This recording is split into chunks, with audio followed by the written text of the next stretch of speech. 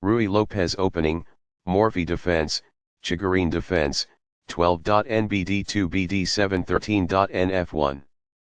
Balanced, neither player ever had an advantage. That game was pretty competitive. Both players had an amazing opening. That was an incredible middle game by both players. Sharp games are frequently the result of starting with the king's pawn, since it dominates the center and frees up the bishop and queen on the light squares. A typical answer is e5, which builds a position in the middle, controls d4, and frees up the queen and bishop on the dark square. The move nf3 advances the knight toward the center, engages the e5 piece in combat, and sets up a castle. nc6 defends the pawn on e5, advances the knight toward the center, and scans the d4 square.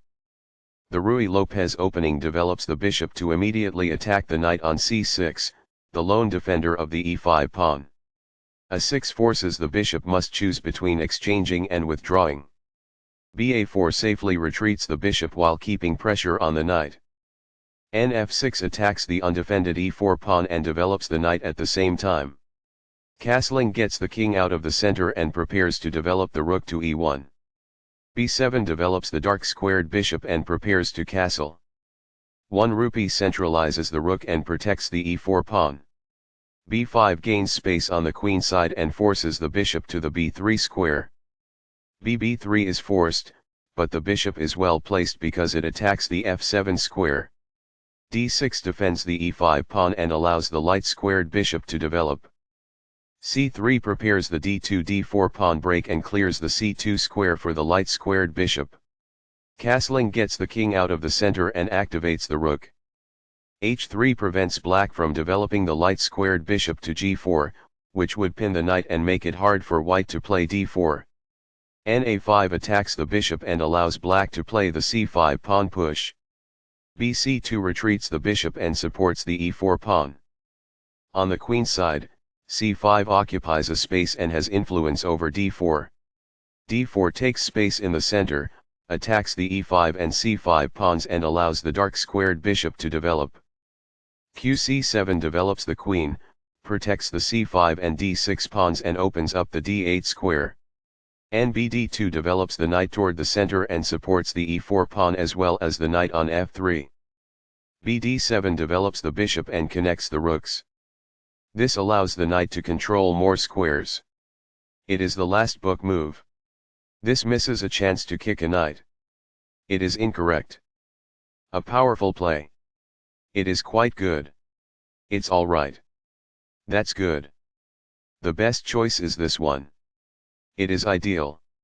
What I would have advised is that. It is ideal. While not a mistake, that is also not the wisest course of action.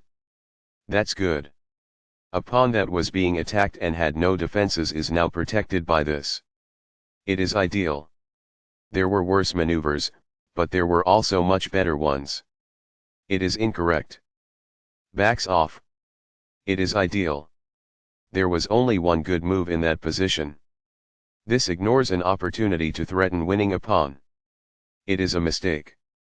Although white had had the upper hand, the game is now almost even. It is incorrect. Very precise. It is best. By doing this, a queen moves off of its beginning square and into the action. It is ideal. Perfectly on point. It is ideal. This protects the attacked pawn. This threatens to reveal an attack on a queen. It is best. This prevents the adversary from making a queen attack known. That's good. This provides an equal exchange of parts. It is ideal. This keeps the material balance in check with good commerce. It is ideal. Recaptures. It is forced. Balanced, neither player ever had an advantage. That game was pretty competitive. Both players had an amazing opening. That was an incredible middle game by both players.